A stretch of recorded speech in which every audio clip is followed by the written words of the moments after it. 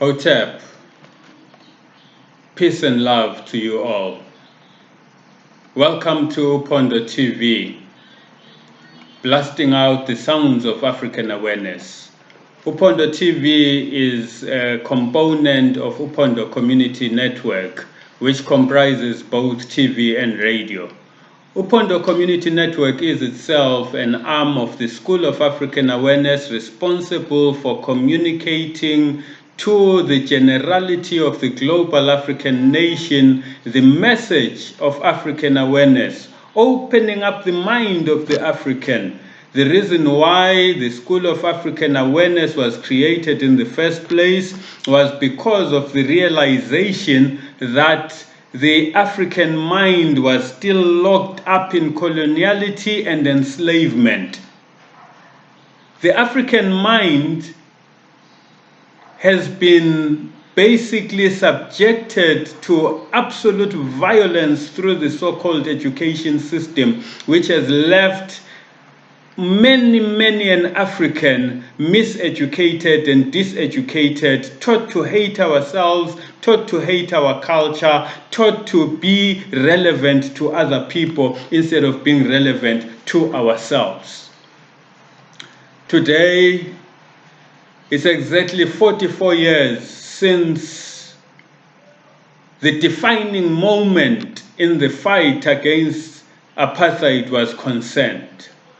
When school children decided to rise up against a system which was militarized and a system which was more equipped than they were in as far as ammunition was concerned.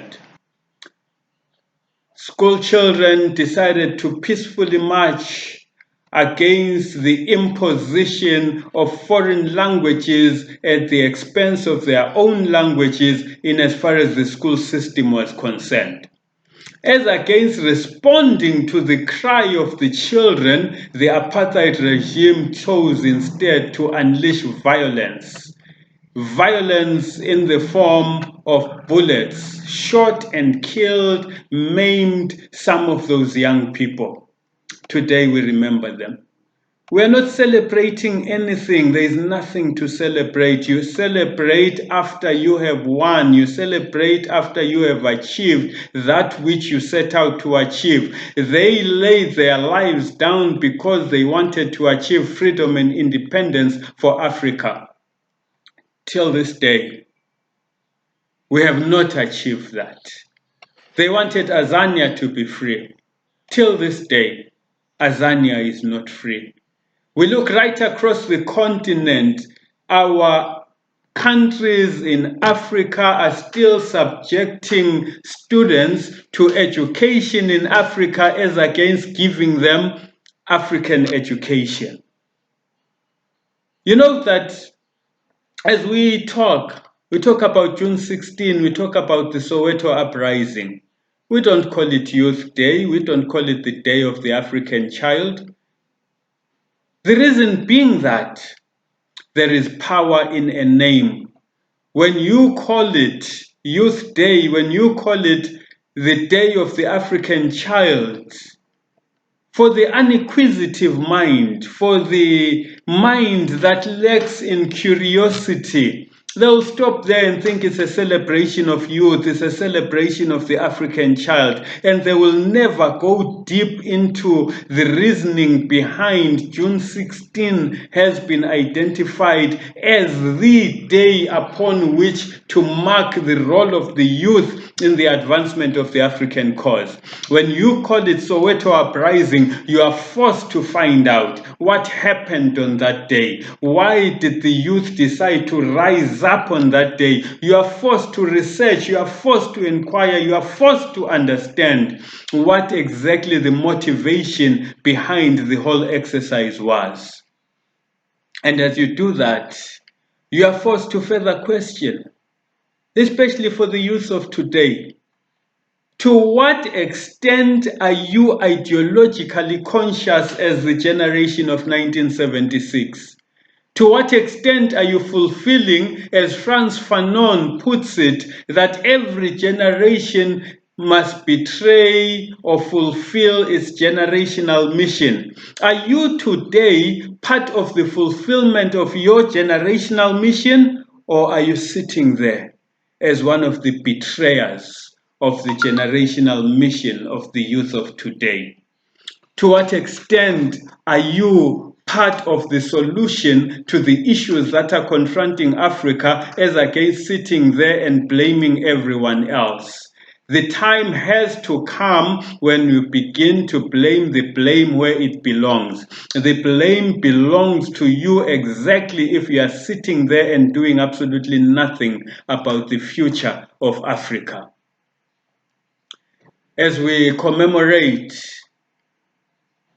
you have to ask yourself, especially if you're a young person, what does the blood of those young people mean to you today? What does the blood of the young people who put their lives down for the liberation of the continent of Africa mean to you today?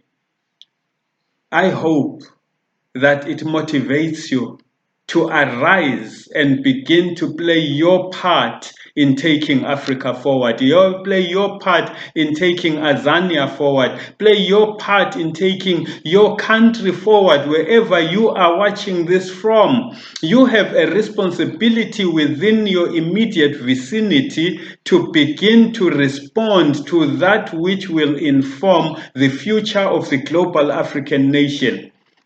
This is the time now for African youth to arise, for the time now for African youth to act and basically take a position in giving direction to African liberation and the unity of Africa and the unity of the global African nation. As you watch on, pay particular attention to the message of the other youths. Pay particular attention to how the youth perceive this day. Don't be taken away by this belief that because in some places it's a public holiday, therefore it is a cause to celebrate. No, it's not. It is actually a cause for us to lament how far the youth of today have basically shifted from the cause that is supposed to be taking Africa forward. I'll round off by saying, over the past couple of months, we have seen a good part of the world under lockdown.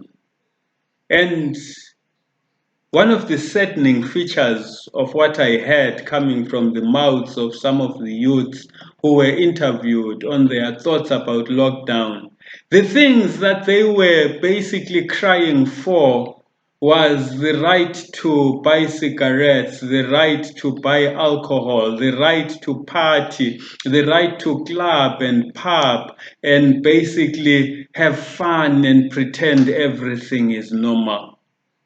Is this the kind of youth that we are hoping will take Africa forward? I really hope not. Arise, young people. This is your motherland. Arise, young people. You have a responsibility to the future of Africa and the global African nation. Thank you very much. I hope this is not the only time that you will think about your youthfulness and therefore your energy. Africa has the youngest population in the world. The most youthful population is in Africa. Arise, show the youth of this world that you are really worthy of being called Ama Afrika. Thank you very much.